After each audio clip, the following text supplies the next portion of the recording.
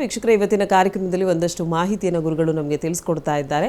ಇನ್ನು ಇವತ್ತಿನ ದಿನವಿಶೇಷತೆಯಲ್ಲಿ ನಾವು ಸಿನಿಮಾ ರಂಗದ ಕುರಿತಾಗಿ ಮಾತಾಡ್ತಾ ಇದ್ದೀವಿ. 5ನೇ ಮನೆಯಲ್ಲಿ ಯಾವ ಗ್ರಹಗಳಿದ್ದರೆ ಸಿನಿಮಾ ಕ್ಷೇತ್ರ ನಮಗೆ ಒಳಿತನ್ನು ಮಾಡುತ್ತೆ ಅಥವಾ ಕೆಡುಕನ್ನು ಮಾಡುತ್ತಾ? ಇದಕ್ಕೆ ಏನಾದರೂ ಪರಿಹಾರ ಮಾರ್ಗಗಳು ಏನಾದರೂ ಇದೆಯಾ? ನಮ್ಮ ಜಾತಕದಲ್ಲಿ ಇದು ಇಲ್ಲ, ಅದೃಷ್ಟ ಅಂದ್ರೂ ಕೂಡ ನಾವು ಅದಕ್ಕೆ ಎಂಟ್ರಿ ಕೊಟ್ಟು ಏನಾದರೂ ಪರಿಹಾರ ಮಾರ್ಗಗಳನ್ನು ಅನುಸರಿಸಿ ಅದರಲ್ಲಿ ಸಕ್ಸಸ್ನ ಕಾಣೋಕೆ ಏನಾದರೂ ಅವಕಾಶಗಳಿದ್ದಾವ? ಗುರುಗಳೇ, ಇದ್ರ ಬಗ್ಗೆ ನೀವೇನು ಹೇಳ್ತೀರಾ? ನಾನು ಹೇಳಿರೋ ಪ್ರಕಾರ ನಮ್ಮ ಟೈಮಿಂಗ್ ಅಂತ ನಾವೇನು ಹೇಳ್ತೀವಲ್ವಾ, ಟೈಮಿಂಗಲ್ಲಿ 3ನೇ ಮನೆ, 5ನೇ ಮನೆ, 8ನೇ ಮನೆ ಆ ದಶದಲ್ಲಿ ಬರಬೇಕು. ಅದ್ರ ಜೊತೆಗೆ ಅದು ನಮಗೆ ಅದೃಷ್ಟ ಕೊಡುತ್ತೆ. ಆ ಅದೃಷ್ಟ ಬಂದಾದಮೇಲೆ ಹಣ ಸಂಪಾದನೆ ಮಾಡಬೇಕು. ಅದರಿಂದ ಯಾರು ಫ್ರೀಯಾಗಿ ಮಾಡ್ತಾರೆ? ಯಾವ ಕ್ಷೇತ್ರ ನಾನು ಫ್ರೀಯಾಗಿ ಮಾಡ್ತೀನಿ ಲೈಫ್ ಲಾಂಗ್ ಅಂತ ಹೇಳ್ತಾರೆ? ಯಾವುದೂ ಇಲ್ಲ. ಜನಗಳು ಎಕ್ಸ್ಪೆಕ್ಟ್ ಮಾಡೋದು ಏನು ಗೊತ್ತಾ? ಜ್ಯೋತಿಷದಲ್ಲಿ ಫ್ರೀಯಾಗಿ ಹೇಳಿ ಅಂತ. ಇದು ಒಂದೇ ಒಂದು ಏರಿಯಾ ಎಲ್ಲಿ ಫ್ರೀಯಾಗಿ ಹೇಳಿ ಅಂದರೆ ಜ್ಯೋತಿಷ್ಯ ಅಲ್ವಾ? ನಿಮ್ಮ ಮನೆಗಳಲ್ಲಿ ನಿಮ್ಮ ತಂದೆ ಅಥವಾ ನಿಮ್ಮ ಹಸ್ಬೆಂಡು, ನಿಮ್ಮ ಬ್ರದರು, ನಾನು ಕೆಲಸಕ್ಕೆ ಹೋಗ್ತಾಯಿದ್ದೀನಿ,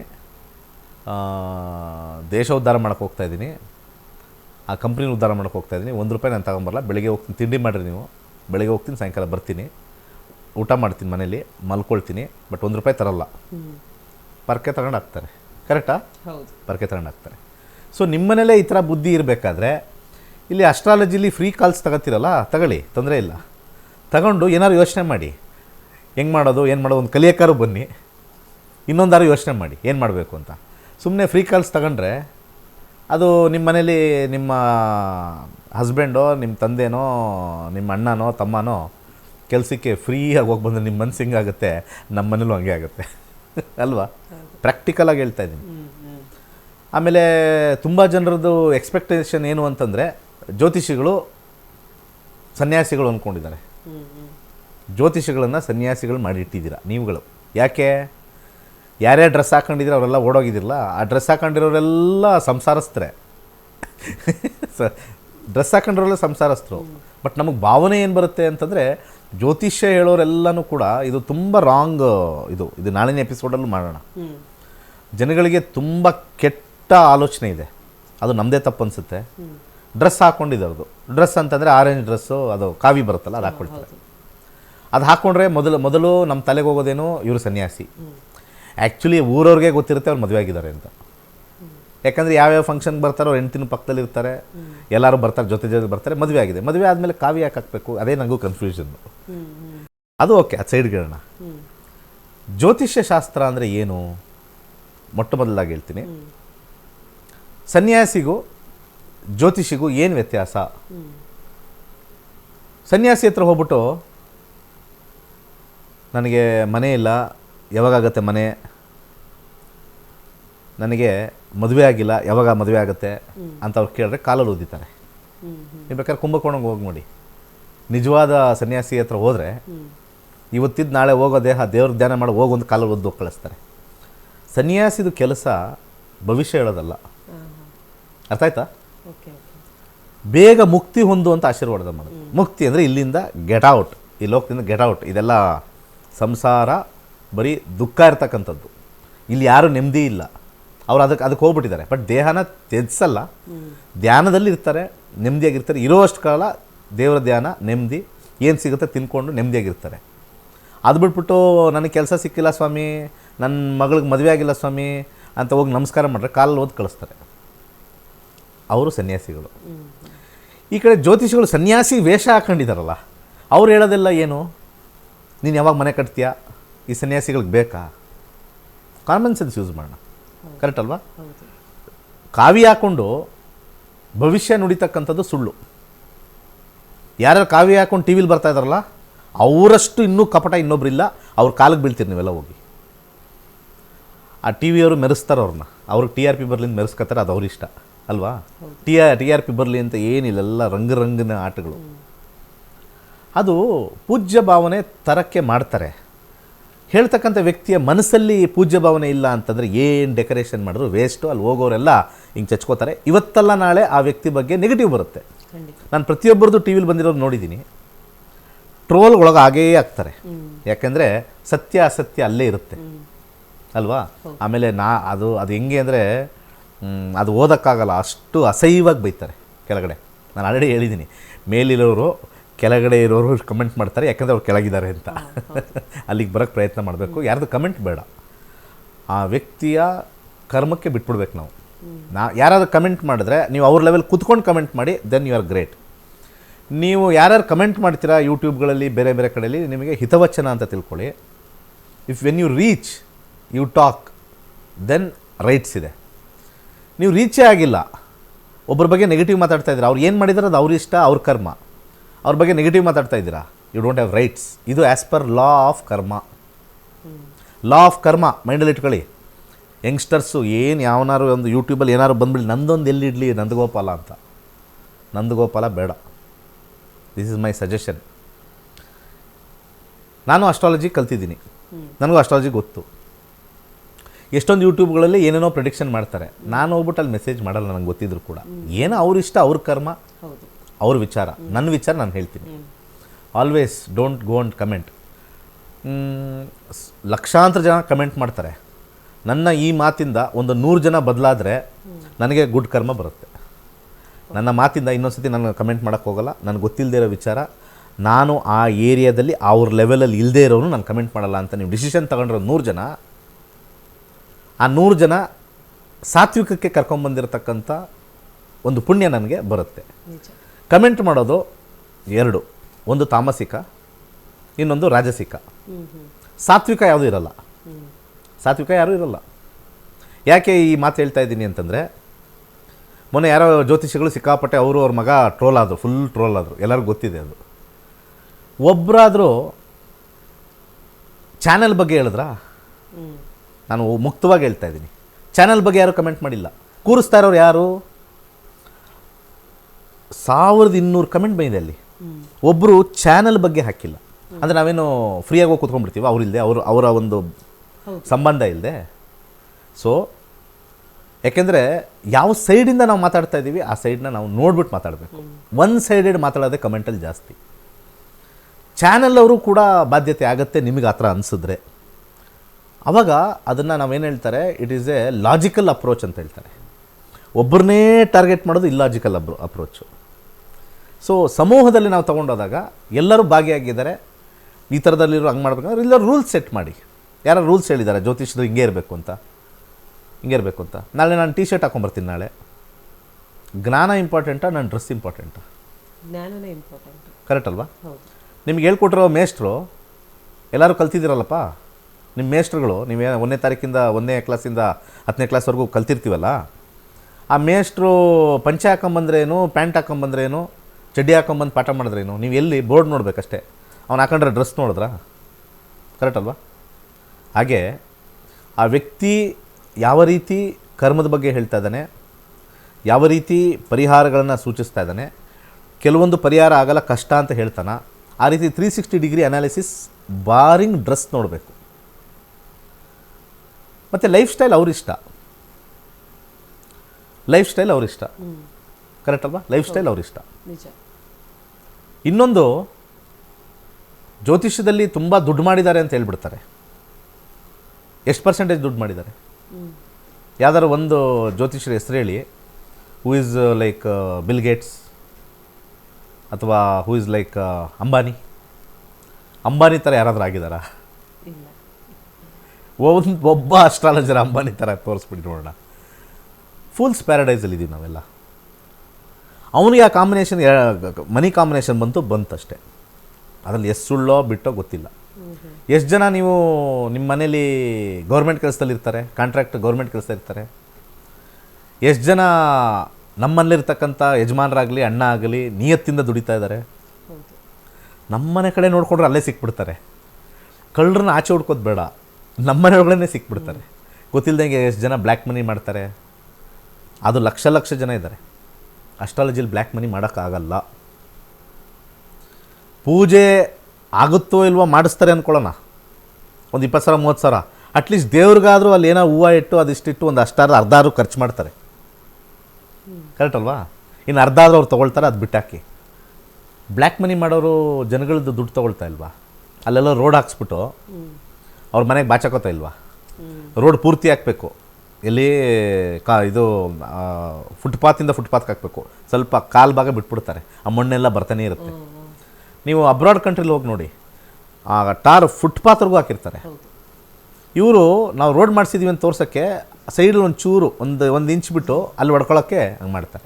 ಇದೆಲ್ಲ ನಮ್ಗೆ ಅರ್ಥ ಆಗಿಬಿಡುತ್ತೆ ನೋಡಿದ ತಕ್ಷಣ. ಅದೇನು ಅಲ್ಲಿವರೆಗೂ ಯಾಕೆ ಹಾಕಿಲ್ಲ ಅಂತ ನಾನು ಯಾವಾಗಲೂ ಯೋಚನೆ ಮಾಡಿ ರೋಡಲ್ಲಿ ಹೋಗ್ತಾ ಇರ್ತೀನಿ, ಅದು ಬಿಟ್ಟು ಇದಿರುತ್ತೆ, ಫುಟ್ಪಾತ್ ಇರುತ್ತೆ, ಅದು ಯಾಕೆ ಆ ಸ್ಟ್ರೆಚ್ಚಲ್ಲಿ ಮಣ್ಣು ಬಿಟ್ಬಿಟ್ಟವ್ರೆ, ನನಗೆ ತಲೆ ಕೆಡುತ್ತೆ ಏನಕ್ಕೆ ಅದು ಬಿಟ್ಟವ್ರೆ ಅಂತ. ನನಗೆ ಅವಾಗ ಅನಿಸ್ತು, ಓಕೆ ಅದೇನೋ ಸ್ಕ್ವೇರ್ ಫೀಟ್ ಕ್ಯಾಲ್ಕುಲೇಟ್ ಮಾಡಿ ಇಷ್ಟಕ್ಕೆ ಹಾಕಬೇಕು, ಇಷ್ಟಕ್ಕೆ ದುಡ್ಡು ಬರೋದು, ಇನ್ನು ಮಿಕ್ಕಿದ್ದು ನಾವು ಹೊಡ್ಕೋಬೇಕು. ಭ್ರಷ್ಟಾಚಾರ ಟಿ ವಿಲಿ ಈ ಮಾಧ್ಯಮದವ್ರು ಆಗ್ತಾನೆ ಇರ್ತಾರೆ, ಎವ್ರಿ ಡೇ ಭ್ರಷ್ಟಾಚಾರ ಆಗ್ತಾ ಇರ್ತಾರೆ. ಎಷ್ಟು ಜನ ಜ್ಯೋತಿಷ್ಯರದ್ದು ಹಾಕಿದಾರಪ್ಪ ಭ್ರಷ್ಟಾಚಾರ ಮಾಡೋಕ್ಕಾಗತ್ತೆ? ಅಲ್ಲಿ ಕಳ್ಳರು ಎಲ್ಲ ರಂಗದಲ್ಲೂ ಇದ್ದಾರೆ. ಕಳ್ಳರು ಎಲ್ಲಿ ಜಾಸ್ತಿ ಇದ್ದಾರೆ ಅಲ್ಲಿಗೆ ಫೋಕಸ್ ಮಾಡಿ. ಎಲ್ಲ ರಂಗದಲ್ಲೂ ಕಳ್ಳರಿದ್ದಾರೆ. ಜ್ಯೋತಿಷದಲ್ಲಿ ಆ ಕಳ್ಳರು ಅನ್ನೋದು ತುಂಬ ನೆಗ್ಲಿಜಿಬಲ್, ವೆರಿ ನೆಗ್ಲಿಜಿಬಲ್. ನಾನೆಲ್ಲ ಅನಾಲಿಸಿಸ್ ಮಾಡ್ತೀನಿ, ಎಲ್ಲ ರಂಗದಲ್ಲೂ ಅನಾಲಿಸಿಸ್ ಮಾಡಿದ್ದೀನಿ. ಜಾಸ್ತಿ ಇರೋದು ಕೆಲವೆಲ್ಲ ಏರಿಯಾಸ್ ನೋಡಿದ್ದೀನಿ. ಅಸ್ಟ್ರಾಲಜಿಲಿ ಜಾಸ್ತಿ ಮೋಸ ಮಾಡಿ ದುಡ್ಡು ಮಾಡಿರೋರು ಇದ್ದಾರಾ ಅಂತಂದರೆ ಬರಲೇ ಇಲ್ಲ. ಇದಕ್ಕೆ ದಿಸ್ ಈಸ್ ಮೈ ಸ್ಟ್ಯಾಟಿಸ್ಟಿಕ್ಸ್. ನಾನು ಸ್ಟ್ಯಾಟಿಸ್ಟಿಕ್ಸ್ ಮಾಡಿದ್ದೀನಿ. ಸಿನ್ಸ್ ಎಲ್ಲರೂ ಕೂಡ ಯೂಟ್ಯೂಬಲ್ಲಿ ಬರ್ತಾರೆ, ಚಾನಲಲ್ಲಿ ಬರ್ತಾರೆ, ಫೇಸ್ಬುಕ್ಕಲ್ಲಿ ಬರ್ತಾರಲ್ವಾ, ಆ ವಿಸಿಬಿಲಿಟಿ ಜಾಸ್ತಿ ಇದೆ, ಅದಕ್ಕೆ ನಾವು ಕಣ್ಣಿಗೆ ಜಾಸ್ತಿ ಬೀಳ್ತಾ ಇದ್ದೀವಿ. ಬಟ್ ಆದರೆ ಮೋಸ ಮಾಡೋ ಪರ್ಸೆಂಟೇಜ್ ಭಾಳ ಕಮ್ಮಿ ಇದೆ, ಫ್ಯೂ ಅಷ್ಟೇ. ಯಾರೋ ಒಬ್ಬ ಮಾಡಿರೋದು ಎಲ್ಲರೂ ಹಂಗೆ ಅಂತ ಬಂದ್ಬಿಡುತ್ತೆ. ಯಾಕಂದರೆ ವಿ ಆರ್ ವಿಸಿಬಲ್. ಕೆಲವು ಏರಿಯಾದಲ್ಲಿ ಇದ್ದಾವೆ, ಗೌರ್ಮೆಂಟ್ ಪ್ರಾಜೆಕ್ಟಲ್ಲಿ ಮತ್ತು ಈ ಮನಿ ಸ್ಕೀಮಲ್ಲಿ ಲ್ಯಾಂಡ್ ಮಾಫಿಯಾ. ಯಾರ್ದೋ ವಯಸ್ಸಾಗಿರೋ ಮನೆ ಇರುತ್ತಲ್ಲಿ, ಅವರ ಮಕ್ಕಳು ವಿದೇಶದಲ್ಲಿ ಇರ್ತಾರೆ, ಅಲ್ಲಿ ಅಕ್ಕಪಕ್ಕ ಇರೋರು ಯಾರೋ ಬಾಡಿಗೆಗೆ ಬೇಕು ಅಂತ ಕೇಳ್ತಾರೆ. ಅಲ್ಲಿ ಮನೆ ಯಾರೋ ಬಾಡಿಗೆ ಆಫೀಸರ್ ಬರ್ತಾ ಇದ್ದಾರೆ, ನಿಮ್ಮದೇನ ಮನೆ ಅನ್ನೋಕ್ಕೆ ನಿಮ್ಮದೊಂದು ಇದೊಂದು ನಡೆದಿರೋದು. ಇದು ನಿಮ್ಮ ಮನೆದೊಂದು ಜೆರಾಕ್ಸ್ ಕಾಪಿ ಬೇಕು ಅಂತಾರೆ. ಯಾರೋ ಆಫೀಸರ್ ಬರ್ತಾರೆ ನಿಮ್ಮ ಮನೆಗೆ, ಅವರು IAS ಆಫೀಸರು, ಸ್ವಲ್ಪ ಸ್ಟ್ರಿಕ್ಟ್ ಜಾಸ್ತಿ. ನಿಮ್ಮದೊಂದು ಜೆರಾಕ್ಸ್ ಕಾಪಿ ಕೊಡಿ ನಿಮ್ಮ ಮನೆದು ಅಂತ ಹೇಳ್ತಾರೆ. ಅವ್ರಿಗೆ ಫುಲ್ ಡಾಕ್ಯುಮೆಂಟ್ ಸಿಕ್ಬಿಡುತ್ತೆ, ಜೆರಾಕ್ಸ್ ಕಾಪಿ. ಅದನ್ನೇ ನಕಲು ಮಾಡಿ ಬೇರೆಯವ್ರ ಹೆಸರು ಹಾಕಿ, ಅವ್ರು ಯಾರೋ ಬರಲಿಲ್ಲ, ನಿಮ್ಗೆ ಸರಿ ಇಲ್ಲ ಅಂತ ಹೇಳಿ ಬಿಟ್ಟೋಗಿ ಇನ್ನೊಬ್ಬರಿಗೆ ಆ ಪೇಪರ್ಸ್ ಕೊಟ್ಟು ಅದನ್ನು ನಕಲು ಮಾಡಿ, ಇದು ನಮ್ಮ ಜಾಗ, ಹೆಸರುಗಳು ಚೇಂಜ್ ಮಾಡಿ ನಮ್ಮ ಜಾಗ, ಡಾಕ್ಯುಮೆಂಟ್ಸ್ ಎಲ್ಲ ಸಿಕ್ಬಿಡುತ್ತಲ್ವಾ. ಅಲ್ಲಿ ಮೋಸ ಲಕ್ಷಗಟ್ಟಲೆ ಮಾಡ್ತಾರೆ. ಅವ್ರಿಗೆ ಯಾರು ಕಣ್ಣಿಗೆ ಬೀಳಲ್ಲ, ಯಾಕಂದರೆ ಅವ್ರು ಟಿ ವಿಲೆಲ್ಲೂ ಬಂದಿಲ್ಲ, ಫೇಸ್ಬುಕ್ಕಲ್ಲೂ ಬಂದಿಲ್ಲ, ಯೂಟ್ಯೂಬಲ್ಲೂ ಬಂದಿಲ್ಲ, ಟಿ ವಿಲೂ ಬಂದಿಲ್ಲ. ಬಟ್ ಅಲ್ಲಿ ಜಾಸ್ತಿ ಮೋಸ ನಡೀತಾ ಇದೆ. ಜನಗಳಿಗೆ ಗೊತ್ತಾಗ್ತಾ ಇಲ್ಲ. ಸೊ ಯಾರು ಕಣ್ಣಿಗೆ ಕಾಳ್ತಾರೆ ಅವರೆಲ್ಲ ಮೋಸ ಮಾಡೋದು, ಕಣ್ಣಿಗೆ ಕಾಣದೇ ಇರೋರು ಪರ್ಸೆಂಟೇಜ್ ಜಾಸ್ತಿ ಇದೆ. ಇದನ್ನೆಲ್ಲ ಅನಲೈಸ್ ಮಾಡಿದ್ದೀನಿ. ಅಸ್ಟ್ರಾಲಜಿಲಿ ಮೋಸ ಹೇಳ್ತಕ್ಕಂಥದ್ದು ತಪ್ಪಿದೆ, ನಾನು ಕಾಂಪೌಂಡರ್ ಅಂತ ಕರಿತೀನಿ, ಹೇಳ್ತಕ್ಕಂಥದ್ದು ತಪ್ಪಿದೆ. ಆದರೆ ದುಡ್ಡು ಮಾಡ್ತಕ್ಕಂಥವ್ರು, ದುಡ್ಡು ಮೋಸ ಮಾಡ್ತಕ್ಕಂಥವ್ರ ಪರ್ಸೆಂಟೇಜು ತೀರಾ 0.000. ಪೂಜೆಗೆ 1 ಲಕ್ಷ ಖರ್ಚಾಗುತ್ತೆ, ಎಷ್ಟು ಜನ ಕೊಡ್ತಾರೆ? ಎಷ್ಟು ಜನ ಕೊಟ್ಬಿಡ್ತಾರೆ? 10 ಜನಕ್ಕೆ ಕೇಳಿದ್ರೆ ಅರ್ಧ ಜನ ಯೋಚನೆ ಮಾಡ್ತಾರೆ. ಕಾಲ್ ತಗೊಳ್ಳೋಣ. ಓಕೆ ಗುರುಗಳೇ, ಒಂದು ಕರೆ ಸಿದ್ಧವಾಗಿದೆ, ನೋಡೋಣ. ಶಾಂತಮ್ಮ ಅವರು ಕರೆ ಮಾಡಿದ್ದಾರೆ. ನಮಸ್ತೆ. ನಮಸ್ತೆ. ಓಕೆ, ಯಾರ ಬಗ್ಗೆ ಕೇಳಬೇಕಾಗಿತ್ತಮ್ಮ? ನಮ್ಮ ಮಗಳ ಬಗ್ಗೆ ಕೇಳಬೇಕಿತ್ತು. ಹುಟ್ಟಿದ ದಿನಾಂಕ, ಸಮಯ ಹೇಳಿ. 8/12/1998. ಓಕೆ, ಸಮಯ? ಸೋಮವಾರ ನೈಟು, ಮಂಗಳವಾರಕ್ಕೆ ಸೇರ್ಕತ್ತದೆ. 1:05. ಓಕೆ, ಯಾವ ಊರಲ್ಲಿ ಹುಟ್ಟಿರೋದು? ಸೋಲೂರು. ಓಕೆ, ಯಾವ ವಿಚಾರದ ಬಗ್ಗೆ ಕೇಳಬೇಕಿತ್ತು? ಅವಳಿಗೆ ಮದ್ವೆ ಆಗೈತೆ, ತುಂಬಾ ಪ್ರಾಬ್ಲಮ್ ಐತೆ, ಅದಕ್ಕೆ ಕೇಳೋಣ ಮುಂದೆ ಏನು. ಸರಿ, ಗುರುಜಿ ಜೊತೆ ಮಾತಾಡಿ. ನಮಸ್ಕಾರ. ನಮಸ್ಕಾರ. ಈಗ ನಮಗೆ ಇಲ್ಲಿ ಮಂಗಳವಾರ ಹುಟ್ಟಿದಾಗ ಯಾವ ಡೇಟ್ ಇತ್ತು ಅದು ಬೇಕು. ಮಂಗಳವಾರ 8. ಸೋಮವಾರ ಮಧ್ಯ, ಅಂದರೆ 7ನೇ ತಾರೀಕು ರಾತ್ರಿ, 8ನೇ ತಾರೀಕು ಬೆಳಿಗ್ಗೆನಾ? 8ನೇ ತಾರೀಕು ಬೆಳಿಗ್ಗೆ ಡೇಟ್ ಹೇಳಿ. 12 ಗಂಟೆ ಆದಮೇಲೆ ಡೇಟ್ ಚೇಂಜ್ ಆಗುತ್ತೆ. ಇದ್ರ ಪ್ರಕಾರ ಕರ್ಕಾಟಕ ರಾಶಿ ಕರೆಕ್ಟ್ ಇದೆಯಾ? ಹೌದು. ಆಶ್ಲೇಷ ನಕ್ಷತ್ರ. ಎಷ್ಟು ವರ್ಷ ಆಯ್ತು ಮದುವೆ ಆಗಿ? 1 ವರ್ಷ ಬರ್ತೀನಿ, 2 ತಿಂಗಳು ಹೋದ್ರೆ 1 ವರ್ಷ ಆಗುತ್ತೆ. ಇನ್ನು 8 ತಿಂಗಳಾಗಿರೋದು. 8 ತಿಂಗಳು. ಯಾಕೆ ಅವರಿಬ್ರು ಮಾತಾಡ್ಲಿಲ್ವಾ, ಗಂಡು ಹೆಣ್ಣು? ಲವ್ ಮಾಡೇ ಮದ್ವೆ ಆಗಿದ್ದು. ಲವ್ ಮಾಡಿದ್ದಾರೆ. ಓಕೆ. ನೀವು ಬೇಡ ಅಂದ್ರ ಲವ್ ಮಾಡಿರೋದು? ನಮ್ಗೆ ಇಷ್ಟ ಇರ್ಲಿಲ್ಲ, ಆದ್ರೂ ಬಲ್ಲಂತದ್ಮೇಲೆ ಲವ್ ಮಾಡೋಳಲ್ಲ ಅಂತ. ನಿಮ್ಮ ಮಗಳನ್ನೇ ಕೇಳ್ಬೇಕು ಕ್ವಶನ್ ಇದು. ನಿಮ್ಮ ಮಗಳನ್ನೇ ಕ್ವಶನ್ ಕೇಳಬೇಕು. ಈಗ ಲವ್ ಎಲ್ಲಮ್ಮ ಹೋಯ್ತು ಅಂತ ಕೇಳಬೇಕು. ನಿಮ್ಮ ಮಗಳಿಗೆ ಸ್ವಲ್ಪ ಹಾಕೊಂಡು ರುಬ್ಬೇಕು. ಕರೆಕ್ಟಾ? ಬರಲ್ಲ ಸರ್, ಹೇಳ್ತೀವಿ ಅಂತ ನಮ್ಮ ಮನೆಗೆ. ಭಯ ನೀನ್ ಮಾಡ್ಕೊಂಡಿರೋದಲ್ವಾ, ನಮ್ಗೇನು ಹೇಳ್ಬೇಡ ಅಂತೀವಿ. ಅಲ್ಲ, ಅದು ನಾವು ಬೇಜಾರಿಂದ ಹೇಳ್ತೀವಿ. ಶುಕ್ರ ದಶ ನಡೀತಾ ಇದೆ. ಶುಕ್ರದಲ್ಲಿ ಏನು ಪ್ರಾಬ್ಲಮ್ ಇದೆ ಮ್ಯಾರೇಜ್ ಅಂತ ನೋಡೋಣ. ಆ ದಶ ಇರುತ್ತಾ, ಉಳಿಸುತ್ತಾ, ಹೋಗುತ್ತಾ ಅಂತ. 5ನೇ ಮನೆ ಇಲ್ಲಿ ಶುಕ್ರ ಲವ್ ಮ್ಯಾರೇಜ್ ತೋರಿಸುತ್ತೆ. ಹ್ಮ್ ನೋಡಿ ಇಲ್ಲಿ ದಶ ಶುಕ್ರ 22ರಿಂದ ಬಂದಿದೆ. 5 ಅಂತಂದರೆ ಆ ಮದುವೆ ಲವ್ ಅಂತ ತೋರಿಸುತ್ತೆ. ಇಲ್ಲಿ ಮ್ಯಾರೇಜಲ್ಲಿ ತೋರಿಸ್ತೀನಿ ನಿಮಗೆ. ಹ್ಮ್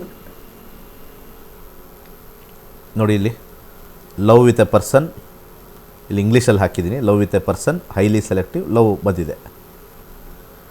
ಓಕೆ, ಆದರೆ ಅಲ್ಲಿ ಪ್ರಾಬ್ಲಮ್ ಏನು ಅಂತಂದರೆ ಇವೆಲ್ಲವೂ ಕೂಡ ನೆಗೆಟಿವ್ ಸೈಡ್ ಬಂದಿದೆ.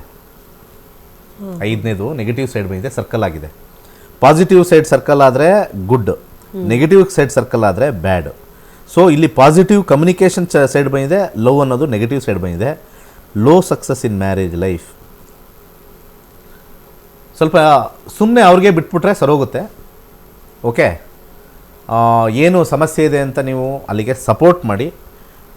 ಡಿವೋರ್ಸ್ಗೆ ಹೋಗೋ ಕಾಂಬಿನೇಷನ್ ಸ್ಟ್ರಾಂಗ್ ಆಗಿಲ್ಲ, ಡಿವೋರ್ಸ್ಗೆ ಹೋಗಲ್ಲ, ಗಲಾಟೆಗಳಿರ್ತವೆ. ಯಾಕೆಂದರೆ ಅದು ಬ್ಯಾಡ್ ಸೈಡಲ್ಲಿ 6ನೇ ಮನೆ ಅಂದರೆ ಅದು ಗಲಾಟೆಗಳು, 6ನೇ ಮನೆ ಗಲಾಟೆಗಳು. ಸೊ ಅದು ತೋರಿಸುತ್ತಲ್ಲಿ ಮ್ಯಾರಿಡ್ ಲೈಫಲ್ಲಿ. ಇದು ಕಿತ್ತೋಗೋ ಕಾಂಬಿನೇಷನ್ ಇಲ್ಲ ಇಲ್ಲಿ ಸ್ಟ್ರಾಂಗ್ ಆಗಿ, ಕಿತ್ತೋಗಲ್ಲ.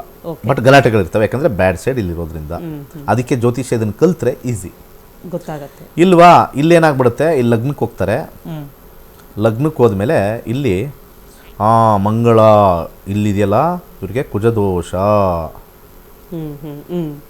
ಕುಜದೋಷ, ಓಕೆ, ಕುಜದೋಷ ಏನಮ್ಮ ಹ್ಞೂ ಅಂತಾರೆ, ಯಾಕಂದರೆ 10 ಜನ ಹೇಳಿರ್ತಾರಲ್ಲ. ಹೌದು. ಕುಜದೋಷದಿಂದ ಅಲ್ಲ, ಇಲ್ಲಿ ಅವ್ರಿಗೆ ತಳ್ಳಿರ್ತಕ್ಕಂಥ ಗ್ರಹ ನೋಡಬೇಕು.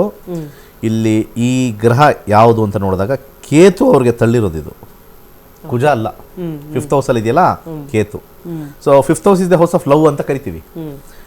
ಶುಕ್ರ ದಶದಲ್ಲಿ, ಶುಕ್ರನ ದಶದಲ್ಲಿ ಇರ್ತಕ್ಕಂಥ ಈ ನಕ್ಷತ್ರ, ಇಲ್ಲೊಂದು ನಕ್ಷತ್ರ ಇರುತ್ತೆ, ಆ ನಕ್ಷತ್ರ ಕೇತು. ಕೇತು 5th ಅಲ್ಲಿ ಬಂದ್ಬಿಟ್ಟಿದೆ, ಅದಕ್ಕೆ ಲವ್ ಡ್ರೈವ್ ಮಾಡಿದೆ. ಕುಜದೋಷ ಅಲ್ಲ. ಇವ್ರೇನು ಮಾಡ್ತಾರೆ ನಮ್ಮ ಕಾಂಪೌಂಡರ್ಗಳು, ಇದಕ್ಕೆ ಶಾಂತಿ, ಕುಜ ಶಾಂತಿ ಮಾಡಿಸಿ. ಇವ್ರ ಪಾಪ ನಗ್ತಾ ಇರ್ತಾರೆ, ನಾನು ಸಮಸ್ಯೆ ಕೊಟ್ಟಿರೋದು ಅಂತ ನಗ್ತಾ ಇರ್ತಾರೆ. ಕೇತು ನಗ್ತಾ ಇರ್ತಾರೆ. ಸೊ ಅದಕ್ಕೆ ಕಲೀರಿ. 15,000 ನಮ್ಮದು ಫೀಸು, ಕಲೀರಿ. ಇಲ್ವಾ, ನಮ್ಮ ಪ್ರೋಗ್ರಾಮೇ ಜಾಸ್ತಿ ನೋಡಿ, ಇಲ್ಲಿ ಟ್ರೈ ಮಾಡಿ. ಸಿಕ್ಕಿಲ್ವಾ ಕನ್ಸಲ್ಟೇಷನ್ ತಗೊಳ್ಳಿ. ಅದು ಸಿಕ್ಕಿಲ್ವಾ ತೆಪ್ಪಗಿರಿ. ಎಲ್ಲೂ ಕೂಡ ನಿಮಗೆ ರೈಟ್ ಆನ್ಸರ್ ಸಿಗಲ್ಲ ಇಲ್ಲಿ ಬಿಟ್ಟರೆ. ಎಂಥ ದೊಡ್ಡ ದೊಡ್ಡ ಚಾನಲ್ ಕೂತ್ಕೊಂಡಿದ್ದ ತಕ್ಷಣವೇ ದೊಡ್ಡವರಲ್ಲ, ಸಣ್ಣ ಚಾನಲವರು ದೊಡ್ಡವ್ರು ಕೂತಿರ್ತಾರೆ, ಅವ್ರಿಗಿನ ದೊಡ್ಡವ್ರು ಕೂತಿರ್ತಾರೆ. ಮುಂದಿನ ಕರೆ ಇದ್ರೆ ತಗೊಳ್ಳೋಣ, ಇಲ್ಲಾಂದರೆ ಬೇರೆ ವಿಚಾರ ಮಾತಾಡೋಣ. ಓಕೆ ಗುರುಗಳೇ, ಕಾರ್ಯಕ್ರಮಕ್ಕೆ ಕರೆ ಮಾಡಿದ್ದಕ್ಕಾಗಿ ಧನ್ಯವಾದಗಳು. ಕಾರ್ಯಕ್ರಮದಲ್ಲಿ ಇನ್ನೊಂದು ಕರೆ ಸಿದ್ಧವಾಗಿದೆ, ನೋಡೋಣ. ಹಲೋ, ನಮಸ್ತೆ. ಹಲೋ, ನಮಸ್ತೆ ಮೇಡಮ್. ಯಾರ ಬಗ್ಗೆ ಕೇಳಬೇಕಾಗಿತ್ತು? ನನ್ನ ಬಗ್ಗೆ ಕೇಳಬೇಕಿತ್ತು, ಪ್ರಶ್ನಾಶಾಸ್ತ್ರ. ಓಕೆ, 1ರಿಂದ 249 ಸಂಖ್ಯೆ ಒಳಗಡೆ ಒಂದು ಸಂಖ್ಯೆ ಹೇಳಿ. 100. ಓಕೆ, ಯಾವ ವಿಚಾರದ ಬಗ್ಗೆ ಮಾತಾಡಬೇಕಿತ್ತು? ಅಂದ್ರೆ ನನಗೆ ಆಕ್ಚುಲಿ ಒಬ್ಳು ಮಗಳಿದ್ದಾಳೆ. ಸೆಕೆಂಡ್ ಬೇಬಿಗೆ ತುಂಬಾ ಟ್ರೀಟ್ಮೆಂಟ್ ಎಲ್ಲ ಆಯ್ತು, IU ಎಲ್ಲ ಆಯ್ತು. ಆದ್ರೂ ಸಕ್ಸಸ್ ಆಗ್ತಿಲ್ಲ. ಏನ್ ಪ್ರಾಬ್ಲಮ್? ನೆಕ್ಸ್ಟ್ ಮಗು ಯೋಗ ಇದೆ ಏನೊಂದು ಕೇಳುವ ಅಂತ. ಓಕೆ, ಗುರುಗಳ ಜೊತೆ ಮಾತಾಡಿ. ನಮಸ್ಕಾರ. ನಮಸ್ತೆ ಗುರುಜಿ. ಚೈಲ್ಡ್ ಬರ್ತ್ ಅಂತ ನಾನು ಇಲ್ಲಿ ಹಾಕ್ತೀನಿ ಪ್ರಶ್ನಾಶಾಸ್ತ್ರದಲ್ಲಿ. ಚೈಲ್ಡ್ ಬರ್ತಲ್ಲಿ ಮೊದಲನೇ ಚೈಲ್ಡ್ಗೆ 5th ಕಸ್ಪ್ ಅಂತ ನೋಡ್ತೀವಿ. ಸೆಕೆಂಡ್ ಚೈಲ್ಡ್ಗೆ 7th ಕಸ್ಪ್ ನೋಡಬೇಕು. 7th ಕಸ್ಪ್ ಅಂತ ನೋಡ್ತೀವಿ. 7th ಕಸ್ಪಲ್ಲಿ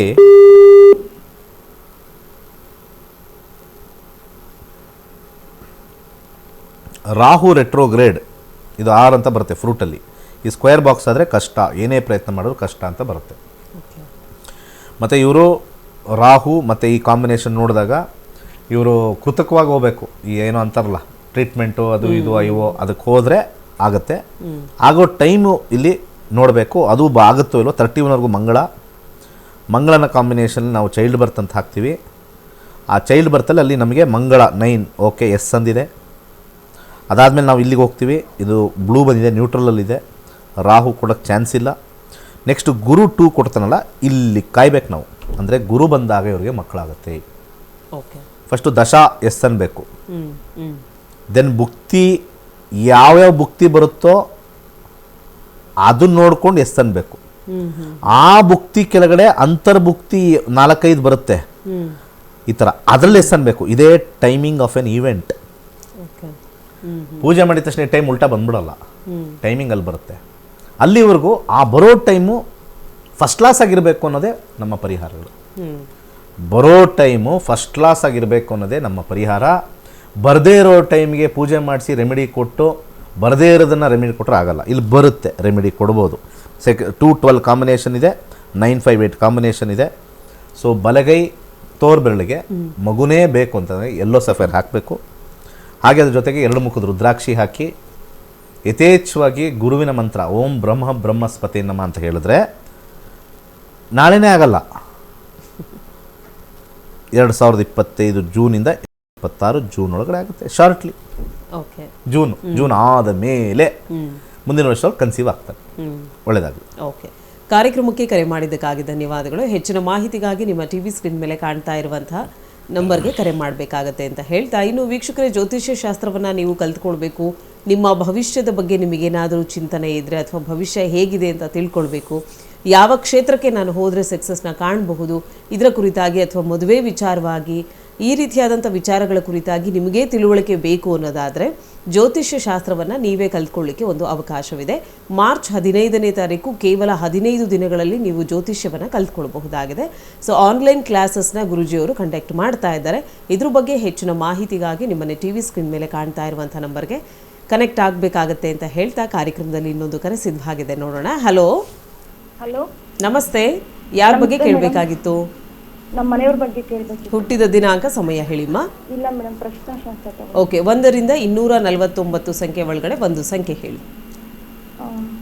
105 madam. 105. ಯಾವ ವಿಚಾರದ ಬಗ್ಗೆ ಕೇಳಬೇಕಿತ್ತು? ದುಡ್ಡಿನ ಬಗ್ಗೆ ಕೇಳಬೇಕಿತ್ತು ಮೇಡಮ್. ಹಣದ ವಿಚಾರದ ಬಗ್ಗೆ. ಹೌದು. ನಮಸ್ಕಾರ. ನಮಸ್ತೆ ಗುರುಜಿ. ಹಣದ ವಿಚಾರದಲ್ಲಿ ಎರಡನೇ ಮನೆ ನೋಡೋಣ. ಎರಡನೇ ಮನೆ ಜಾಬ್, ಬಿಸ್ನೆಸ್, ಫೈನಾನ್ಸ್. ಯಾಕಂದರೆ ಕೂಡಿಟ್ಟಿರ್ತಕ್ಕಂಥ ಮನೆ ಎರಡನೇ ಮನೆ, ಬಂದು ಕೂಡಿಡಬೇಕು. ಇಲ್ಲಿ 9ನೇ ಮನೆ ಅಂತ ನಕ್ಷತ್ರದಲ್ಲಿ ಮತ್ತು 5-8 ಅಂತ ಬರೋದು, ಬಂದಿರೋದನ್ನು ಖರ್ಚು ಜಾಸ್ತಿ ಮಾಡ್ತಾ ಇರ್ತಕ್ಕಂಥದ್ದು 5-8 ಅಂತ ಹೇಳ್ತೀವಿ. ಹಾಗೆ ಕೇಳದೇ ಇರೋರಿಗೆ, ಅಂದರೆ ಕೇಳೋರಿಗೆಲ್ಲ ಸ್ವಲ್ಪ ದಾನ ಶೂರ ಕರ್ಣ ಅಂತ ಹೇಳ್ತೀವಲ್ಲ, ಆ ರೀತಿ 9ನೇ ಮನೆ. ಅಥವಾ ಅವರು ದುಡಿದ್ರೂ ಕೂಡ ಬರದೇ ಇರತಕ್ಕಂಥ ದುಡ್ಡು, ಎರಡನ್ನೂ ಕೂಡ 9ನೇ ಮನೆ. 10ನೇ ಮನೆ ಅಧಿಕಾರ, ದುಡ್ಡು. ಅದರ ಹಿಂದಿನ ಮನೆ 9 ಬಂದಾಗ ಲೆಸ್ ಮನಿ ಅಂತ ಬರುತ್ತೆ. ಅಥವಾ ಬಂದಿರೋ ಮನಿನ ಇನ್ನೊಬ್ರು ಕೊಟ್ಬಿಡೋದು ಬುದ್ಧಿ ಇರುತ್ತೆ. ಕೊನೆಗೆ ಸಂಸಾರಕ್ಕೆ ಚಿಕ್ಕದಾಗಿ ಉಳಿಯುತ್ತೆ ಅಷ್ಟೇ. ನಿಮ್ಮ ಪ್ರಶ್ನೆ ಕರೆಕ್ಟಾಗಿ ಇವಾಗ ಕೇಳಿ, ಇದು ನಾನು ರೀಡಿಂಗ್ ಅಷ್ಟೇ. ಇದು ಲೈನಲ್ಲಿ ಇದ್ದೀರಾ? ಇಲ್ಲ ಗುರು. ಗುರುಜಿ ಇದ್ದೀವಿ. ಹಾಂ. ಆದ್ರೆ ಇವರು ಅವ್ರ ಫ್ರೆಂಡ್ಗೆ ಅಂತ ಒಂದು 10 ಲಕ್ಷ. ಇವಾಗ ಏನು ಹೇಳಿದೆ? ಇವಾಗ ಅದೇ ಅಲ್ವ ಹೇಳಿದ್ದು? ಹೌದು ಗುರುಜಿ. ಬಂದಿರೋದನ್ನ ಯಾರಿಗಾರು ಕೊಟ್ಟು 9ನೇ ಮನೆ ಅದು ಹೇಳುತ್ತೆ. ಅದು ವಾಪಸ್ ಬರುತ್ತೋ ಇಲ್ವೋ, ಕೊಟ್ಟಿರ್ತಕ್ಕಂಥ ಲೋನೋ ಏನೋ, ಅದು 6ನೇ ಕಸ್ಪ್ ನೋಡ್ತೀವಿ. ಇಲ್ಲಿ ಬರುತ್ತೋ ಇಲ್ವೋ 6ನೇ ಕಸ್ಪ್ ನೋಡ್ತೀವಿ. 6ನೇ ಕಸ್ಪು ಆಯಪ್ಪನೂ ಹಂಗೆ ಬೇರೆಯವ್ರು ಕೊಟ್ಬಿಟ್ಟಿದ್ದಾನೆ. ನೀವು ಕೊಟ್ಟಿರೋ ದುಡ್ಡು ಅದೇ ಕಾಂಬಿನೇಷನ್ ಇದೆ, ಅವ್ನು ಇನ್ನೊಬ್ರು ಕೊಟ್ಟಿದ್ದಾನೆ. ಅರ್ಥ ಆಯ್ತಾ? ಬೇಕಾದ್ರೆ ಹೋಗಿ ಕೇಳಿ. ಈಗ ನನಗೆ 10 ಲಕ್ಷ ಇಸ್ಕೊಂಡೆ, ನಾನು ಇನ್ನೊಬ್ರಿಗೆ ಏನೋ ಅರ್ಜೆಂಟ್ ಅಂತ ಕೊಟ್ಬಿಟ್ಟಿದ್ದೀನಿ. ಅಲ್ಲಿಂದ ಇಲ್ಲಿ ಬಂದಿಲ್ಲ, ಇಲ್ಲಿಂದ ಇಲ್ಲಿಗೆ ಹೋಗಲ್ಲ. ಈ ಕಾಂಬಿನೇಷನ್ ಕೊನೆಗೆ 7ನೇ ಕಸ್ಪ್ ನೋಡ್ಬಿಡ್ತೀವಿ, ಬರುತ್ತಾ ಇಲ್ವಂತ. ಕಷ್ಟ. ಎಷ್ಟು ದಿವಸ ಆಯ್ತು ಇದು ಕೊಟ್ಟು? ಒಂದು 5 ತಿಂಗಳಾಯ್ತು ಗುರುಜಿ. ಬೇರೆಯವ್ರ ಹತ್ರ ಈಸ್ಕೊಟ್ಬಿಟ್ಟವ್ರೆ ಇವರು. ಬೇರೆಯವ್ರ ಹತ್ರ ಈಸ್ಕೊಟ್ಟಿರೋದು ನೋಡಿ, ಹಿಂಗೆ ಟ್ರಯಾಂಗಲ್ ಬಂತು. ನನಗೆ ಗೊತ್ತಾಗಿಲ್ಲ ಇದು ಬೇರೆಯವ್ರ ಹತ್ರ. ಈಗ ಅವರು ಯಾರು ಕೊಟ್ಟರು? ಯಪ್ಪ ಕಷ್ಟ. ಇಲ್ಲಿ ಯಾಕೆ ನಿಮ್ಮ ಯಜಮಾನ್ರಿಗೆ ಕೇಳಿಸ್ಕೊತಾ ಇದ್ದಾರಾ? ಅವರು ಆಚೆ ಇದ್ದಾರೆ ಗುರುಜಿ. ಕೊಟ್ಟವ್ರು ಆಚೆ ಇರ್ತಾರೆ. ಈಗ ಉಗ್ಯೋಣ ಅಂತ ಹೋದೆ, ಕೇಳಬೇಕಾಯ್ತು ಅವರು. ಇವ್ರಿಗೆ ಯಾಕೆ ದಾನಶೂರ ಕರ್ಣನ ಇವರು?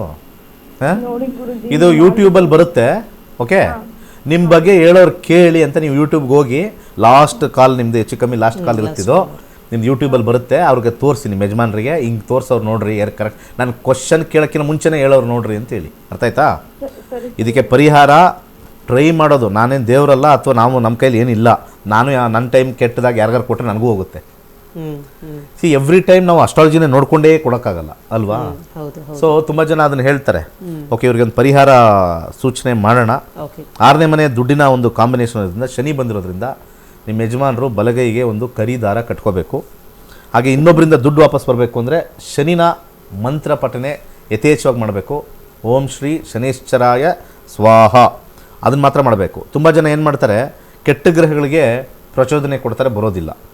ಸೊ ಇದು ವೆರಿ ಇಂಪಾರ್ಟೆಂಟು.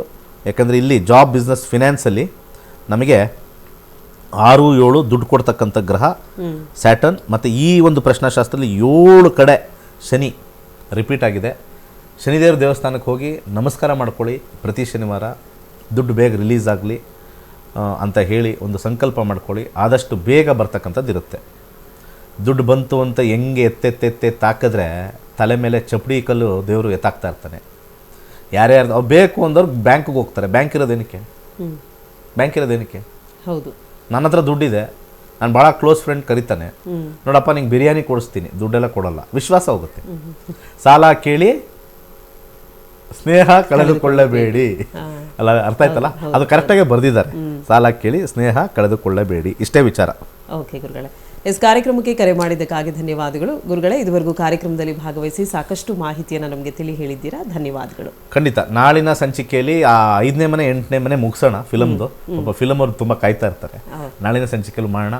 ಹೆಚ್ಚು ಜನಕ್ಕೆ ನಮ್ಮ ಪ್ರೋಗ್ರಾಮ್ ಬಗ್ಗೆ ಹೇಳಿ, ಯಾರ್ಯಾರು ವೀಕ್ಷಕರಿದ್ದಾರೆ ಅಲ್ಲಿಗೆ ನಿಮ್ಮ ಬಾಯಲ್ಲೇ ಇಟ್ಕೋಬೇಡಿ, ನಿಮ್ಮ ಮನಸ್ಸಲ್ಲಿ ಇಟ್ಕೊಬೇಡಿ, ನಿಮ್ಮ ತಲೆ ಇಟ್ಕೊಬೇಡಿ. ಈ ಥರ ನಕ್ಷತ್ರ ನಾಡಿ ಅಂತ ಅಶ್ವವೇಗ ಚಾನಲಲ್ಲಿ ಬರುತ್ತೆ, ಬೆಳಿಗ್ಗೆ 8ರಿಂದ 9. ಅದ್ಭುತ. ಕಾಲ್ ಟ್ರೈ ಮಾಡಿ, ಕರೆಕ್ಟಾಗಿರೋ ನಿಖರವಾಗಿರ್ತಕ್ಕಂಥ ಗುಡ್ ಟೈಮ್ ಬ್ಯಾಡ್ ಟೈಮ್ ಹೇಳ್ತಾರೆ.